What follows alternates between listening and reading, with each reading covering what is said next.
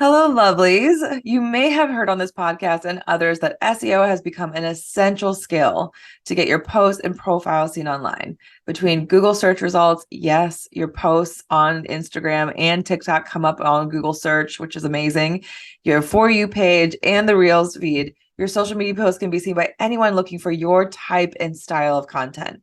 It's important for you to take the time to understand the keywords and how to get that high focus so that your posts have that longevity. But today, this dynamic download is about where you can use these, especially in 2024. You want to know how to use social SEO. So I'm going to dive right in and tell you where you want to be putting your keywords. The number one and most important place you want to make sure you have it is your social media bios.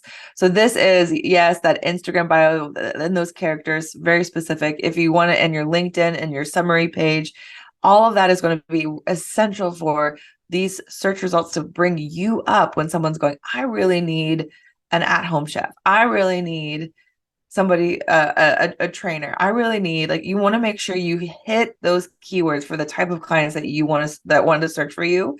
The bio is the first place.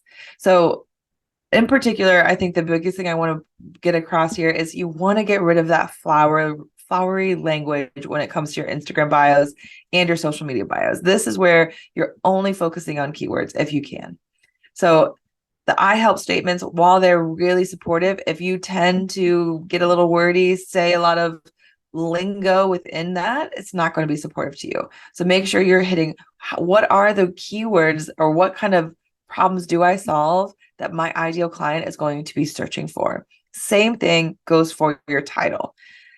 I am a holistic business coach. I have that as my title, and social media expert. I put that in my titles for the fact that I specialize in both of those things, knowing that someone's going to search for those titles. So if you have, let's say, come up with your title, you might want to think about how might someone search and find you first. So number one top place you want to absolutely use SEO is your social media bios.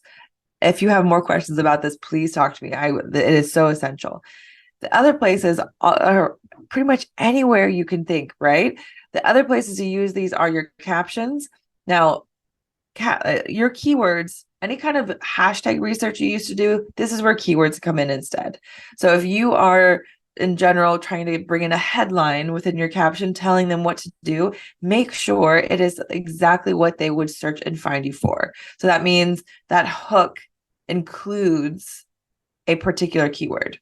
So if I'm going to give you a taco recipe, I'm not going to be like, it's Mexican night. I'm going to go straight for, hey, it's Taco Tuesdays. Like, I want to go straight for that keyword. So consider how your captions are going to be really supportive. I've even seen a couple people attempt and use just the bottom of their captions as a place to kind of drop a few extra keywords.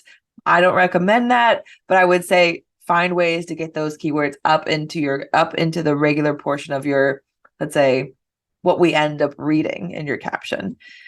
The third one I think is a little bit of fun. Now, I just said hashtags aren't as important, but hashtags can be a place where you can reuse these keywords. So I would say if you're doing 5 hashtags on Instagram, 3 of them, make sure that those are those smaller, they're only used between 10,000 and 100,000 uses, but your remaining 2, have them be blank slate, specific to keyword type of hashtags, even if they've been used over 3 million times. It helps those algorithms to get you to the right place on the Reels page. Next one is your in-video prompts. This is your hooks. This is the things on screen to make sure someone watches your video. That, and of course, in your subtitles. And then, of course, on your graphics in particular, make sure that headline, that first particular piece on your carousel is going to be very specific to what people are going to search and find you for. So when I'm talking about keywords, the research is something that is important to set that up.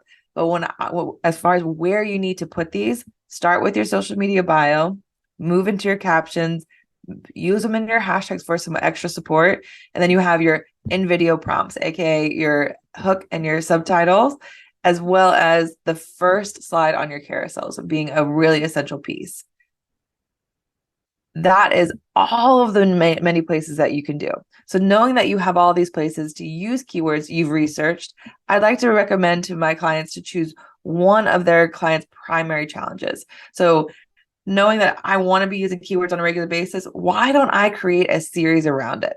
So simply put, do 3+ posts addressing a key challenge that your client runs up against. This not only encourages your posts to come up when they're searching, but it also excites a potential follower to actually follow you because they want to see the next part of that series.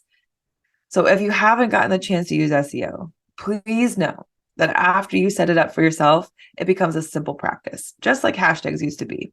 I had a relationship coach who at the time had only 300 followers over on TikTok.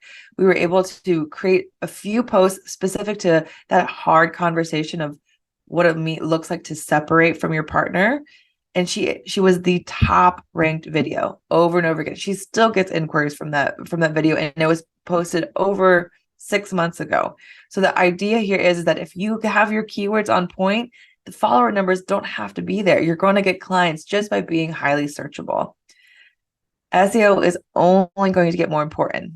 The traditional feed on Instagram is getting less views versus the Reels feed. It's only going to be more interest targeted as we walk into 2024. So I want to encourage you to take the time to set it up and let this become a practice for you in the new year. But until next time, live a little more limitless.